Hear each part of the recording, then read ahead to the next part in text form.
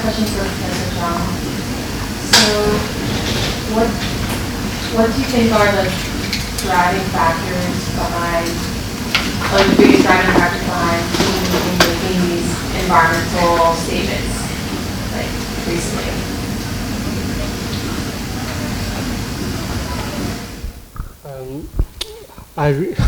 This is a good question. I don't really know much about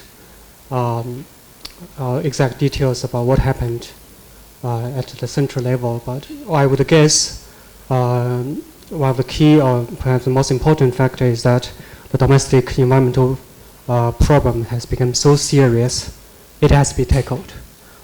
Factors, issues ranging from heavy metal pollution of farmland, to water pollution, to air, to food.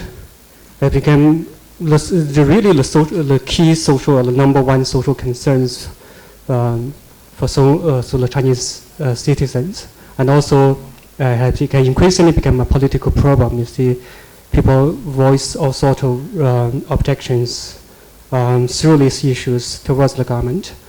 And also in the case of fishery, I would say perhaps one big transition that has happened is that the number of fishermen that directly rely on marine fishery or fishery sector in general has been declining in China, particularly traditional fishermen, as what has happened in Western countries. If you visit those traditional fishing villages, most of them are not from local community. They are actually from inland provinces. Hence, it became much easier for the local government and central government to deal with some of the fishery issues without worrying too much about the environment, the employment pressure.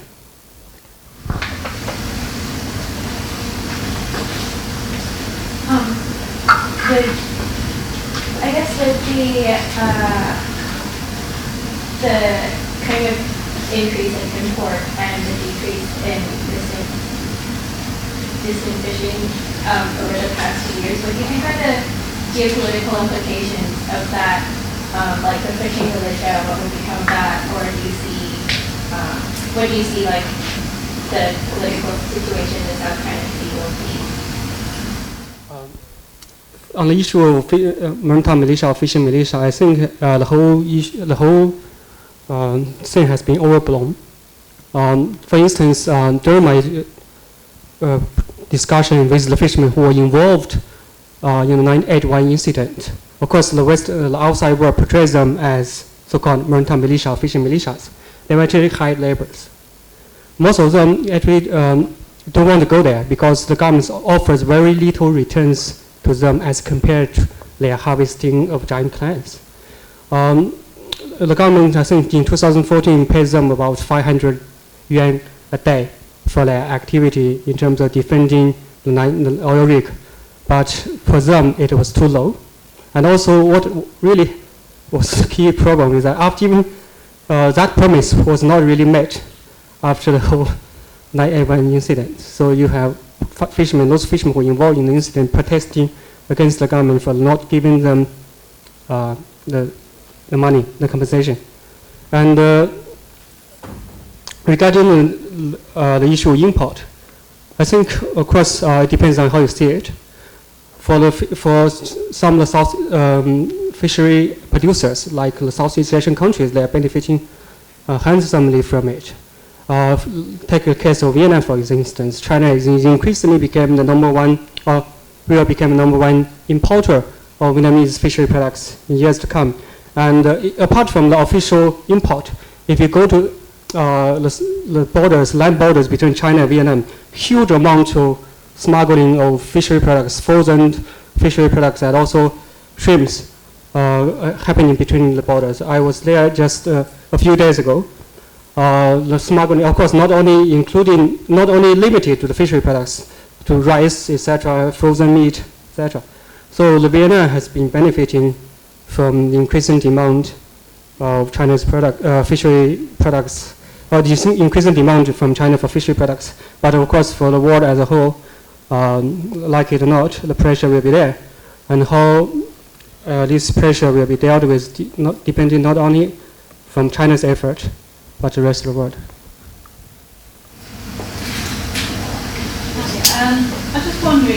given sort of the positive attitude in China at the moment in terms of fisheries and environmental protection, and given that the South China Sea has 12 countries bordering it, including China, many of which depend to an extent on those fisheries for their fish, is there any appetite within China or consideration of some kind of multi-country agreement stroke body that can manage the South China Sea? Because without that, I guess the fish stocks will continue to.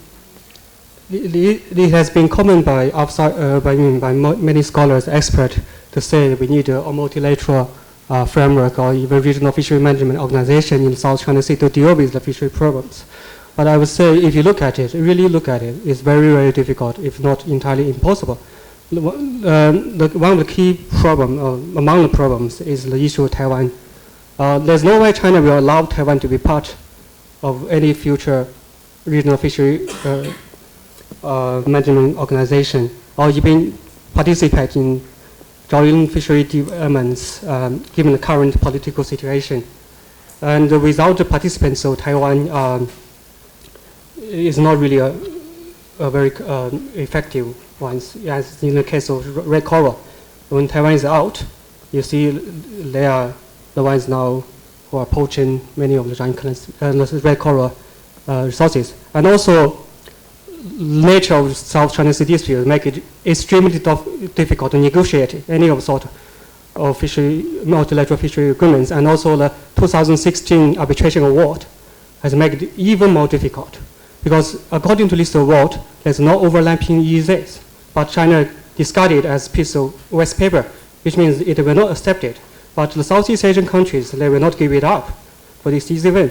So in terms of political and legal perspective, it's very difficult for you to even negotiate.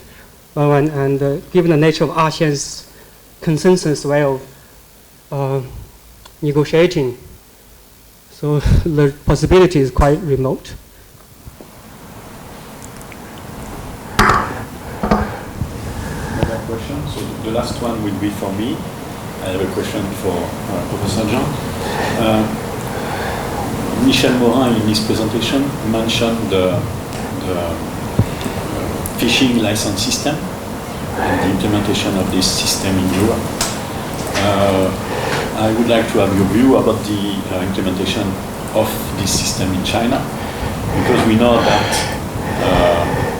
there were a lot of difficulties, especially in some provinces, to implement really strictly this system. So is there any improvement now, or what is the situation?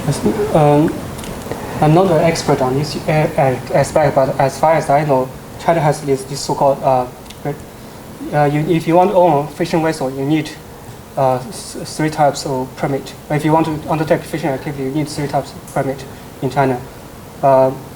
And also, for instance, when 2016, when Chinese government introduced this fishing fuel subsidy policy, a lot of this subsidy was supposed to be given only to the fishing vessels which has official legal permit. But the problem is that because of very strong local protectionism, in the provinces, in the coastal areas, there was a huge number of so-called black ships that has been tolerated or encouraged or protected by local government, to a certain extent tolerated by the central government because of the employment pressures, etc. But there's effort taken by the government in recent years to deal with this issue, and there were discussions about limit on barriers, not only on the fishing vessel, but also on fishermen. I think perhaps that's the area that will be more effective.